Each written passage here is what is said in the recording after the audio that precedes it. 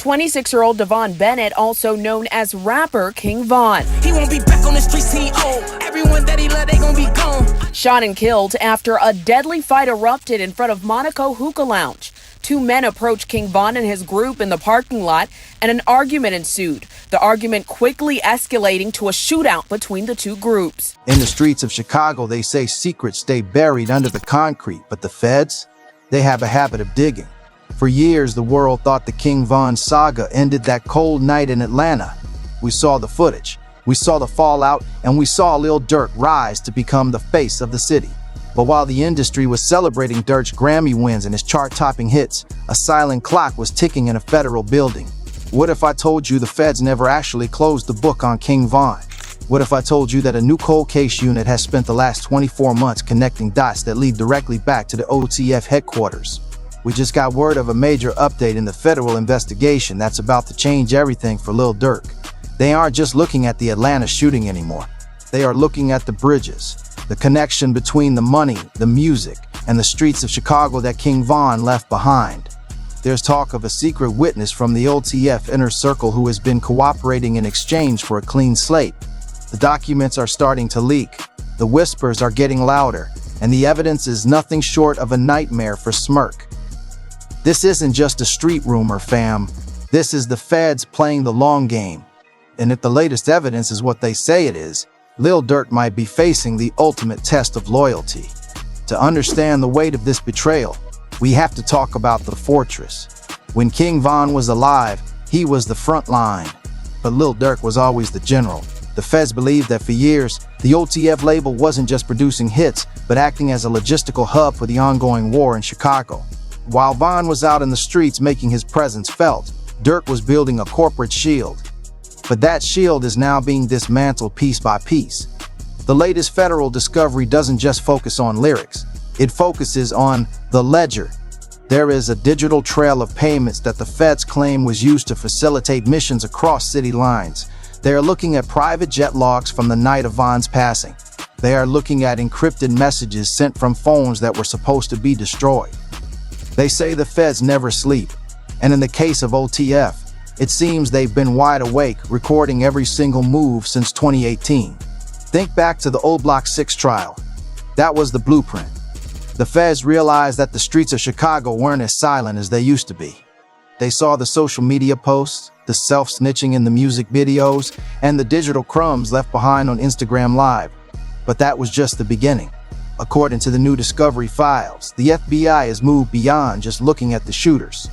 They are now focusing on the command and control structure. They've gone back to the cold cases of 2014, the era when King Von was first making a name for himself in the streets, long before the rap fame. They are looking at the murders of individuals who were rivals to the OTF and O-Block alliance. They have reportedly recovered shell casings from scenes that occurred over a decade ago and matched them to firearms that were recovered during recent raids on OTF-affiliated properties. But guns are just metal. The feds need a motive, and that's where the secret witness comes in. This isn't just any informant. The streets are whispering that this is someone who was in the kitchen with Durk and Von, someone who helped manage the travel, the housing, and the security for the entire crew. This person reportedly provided the feds with access to a private cloud server, a digital vault where OTF members kept photos, videos, and messages that were never meant for public eyes. In this vault, the feds allegedly found trophies, photos of rival gang members taken shortly before they disappeared, and messages discussing the price of certain actions. The feds are using this to build a narrative of a murder-for-hire syndicate that operated under the guise of a successful record label. The depth of this investigation is staggering. The feds have spent the last year performing cell tower triangulation on every phone associated with the OTF inner circle from the years 2019 to 2021. They are matching the location of these phones to the exact timestamps of high-profile hits in Chicago and surrounding suburbs. They claim that even when Durk was in a different state, his financial fingerprints were present. They are looking at Cash App and Zelle transactions that were sent to the families of incarcerated shooters. In the eyes of the feds, this isn't charity, it's hush money. They are arguing that Lil Durk was paying the legal fees and commissary of soldiers to ensure they wouldn't flip. But the irony is that the very money used to keep people quiet is now the paper trail that might bring the whole house down. Imagine the psychological warfare being played right now. The feds have leaked just enough information to make everyone in OTF paranoid. They want them to start looking at each other. They want the fear of a 30-year sentence to outweigh the loyalty to the brand. And it's working. The leaked documents mention proffer statements from at least 3 different individuals who are currently in federal custody. These statements paint Lil Durk as a man who was fully insulated, meaning he never pulled a trigger himself, but he was the one who provided the resources. The feds are using the Kingpin Act logic, trying to show that without Durk's money, King Von's war wouldn't have been possible. They are turning Durk's success into his biggest liability. Let's dive into the Ghost of King Von element.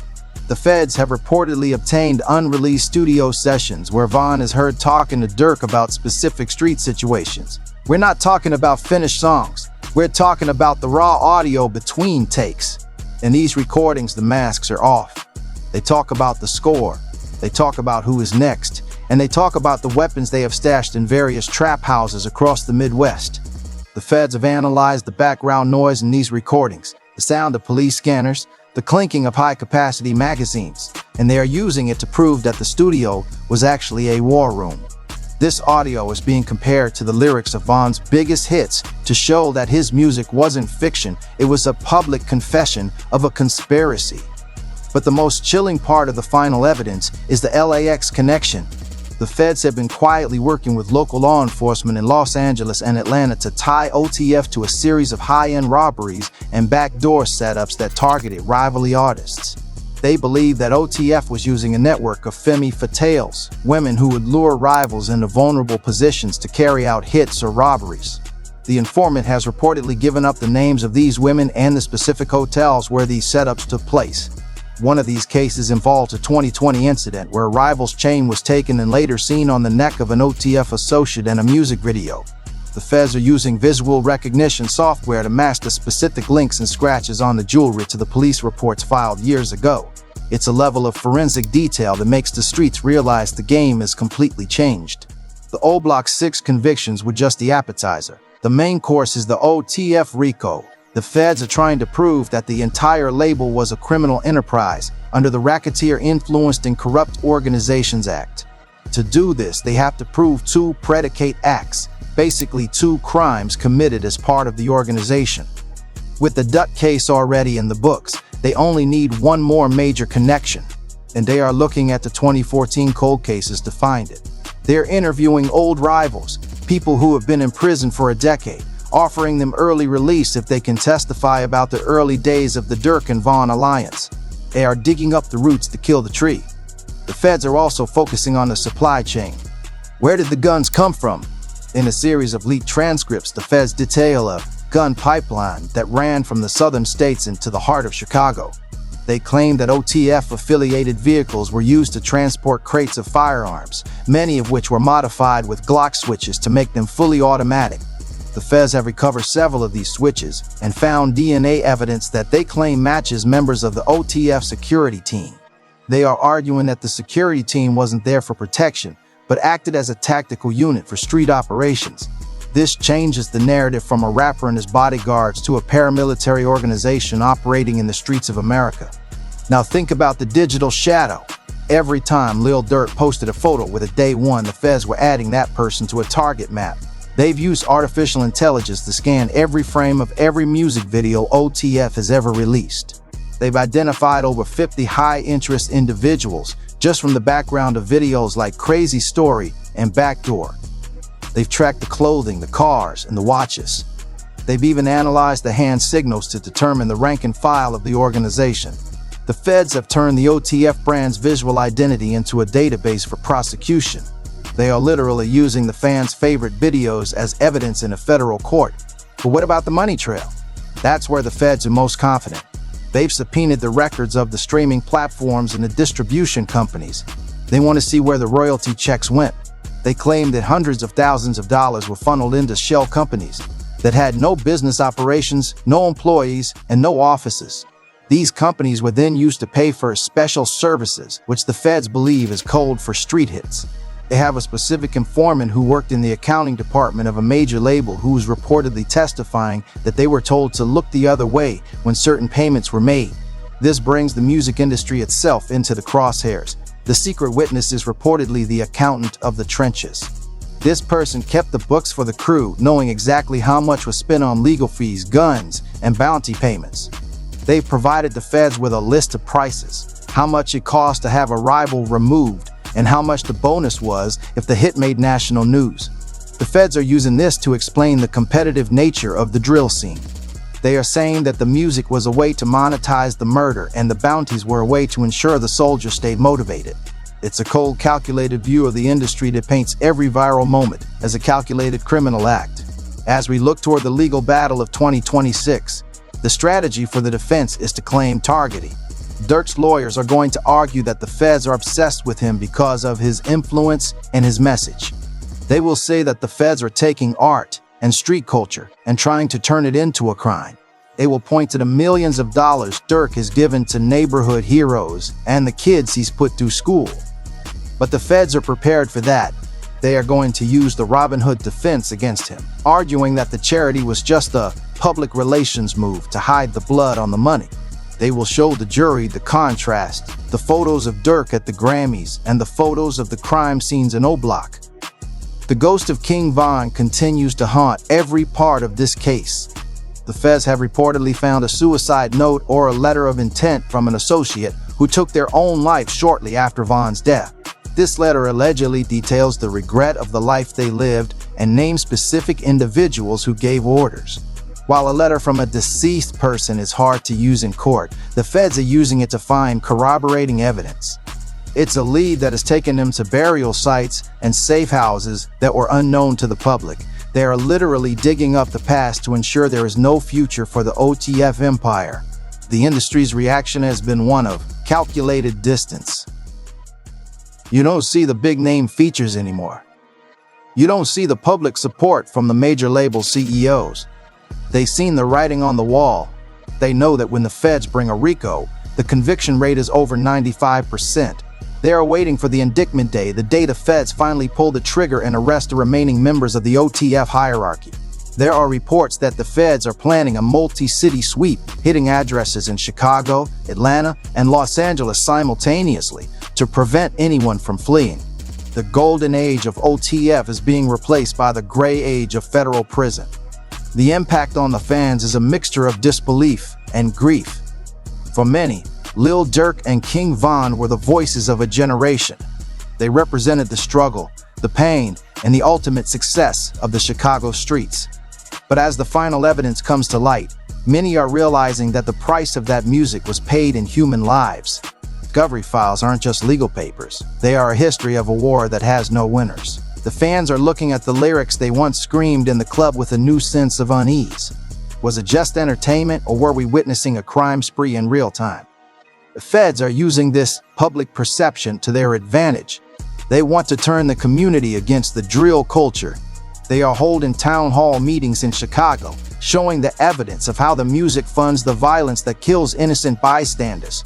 They are trying to break the culture of hero worship that surrounds rappers like Durk and Von. They want the mothers of Chicago to see that the voice of the streets is the same voice that is fueling the funerals of their children.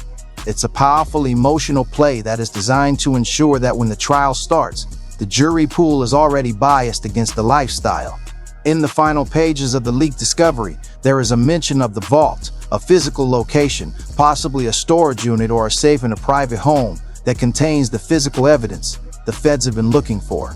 They believe this vault contains the original master tapes of Von's music, which contain the unedited conversations, along with physical trophies from street rivals. If the feds find this vault, the game is truly over. They are reportedly using ground-penetrating radar and thermal imaging to find it. They are leaving no stone unturned, no wall unscanned. The story of OTF is a modern-day tragedy. It's a story of how two brothers from the same block conquered the world only to be brought down by the very things that made them famous. The King Von Cole case isn't just about one man's death. It's about the death of a movement. The feds are closing the book on an era of rap that was defined by its proximity to death. And as the final gavel falls, The only thing left will be the music, a haunting reminder of a time when the streets and the charts were one and the same.